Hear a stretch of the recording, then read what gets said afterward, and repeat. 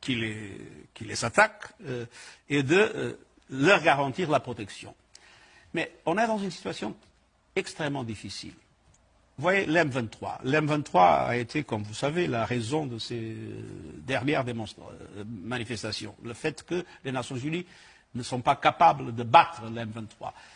La vérité, c'est que l'M23 aujourd'hui est une armée moderne, avec des équipements lourds, qui sont plus perfectionnés que les équipements de la MONUSCO. Et viennent-ils du Rwanda, ces équipements? Ils viennent de quelque part. Bon, vous semblez dire oui. Ils viennent de quelque part. De quelque part d'à côté. Ils ne sont pas nés dans la forêt. Ils viennent de quelque part. Alors,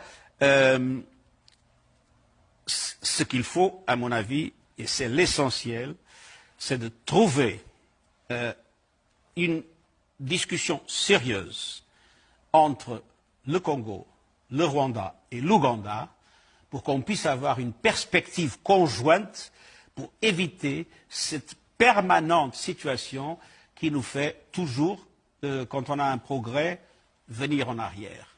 Il faut que ces pays se comprennent mutuellement et il faut que ces pays coopèrent effectivement pour la sécurité de l'Est du Congo et aussi pour les garanties de sécurité, il ne faut pas l'oublier, du Rwanda et de l'Ouganda. Il ne faut pas oublier que l'ADF est un mouvement originaire de l'Ouganda. Il ne faut pas oublier qu'il y a encore dans le Congo le FDLR, je ne sais pas comment on dit ça en français, qui est un mouvement sorti des génocidaires des Hutus. Alors, il y a des préoccupations de tous les pays. Il faut qu'ils s'entendent parce que penser qu'une force de maintien de la paix peut résoudre des problèmes. Quand il y a maintenant des forces militaires extrêmement bien armées, c'est impossible. Et les populations, naturellement, ne le comprennent pas. Et pour nous, c'est une énorme... D'ailleurs, c'est un problème général sur le futur des opérations de maintien de la paix. Les opérations de maintien de la paix étaient faites pour maintenir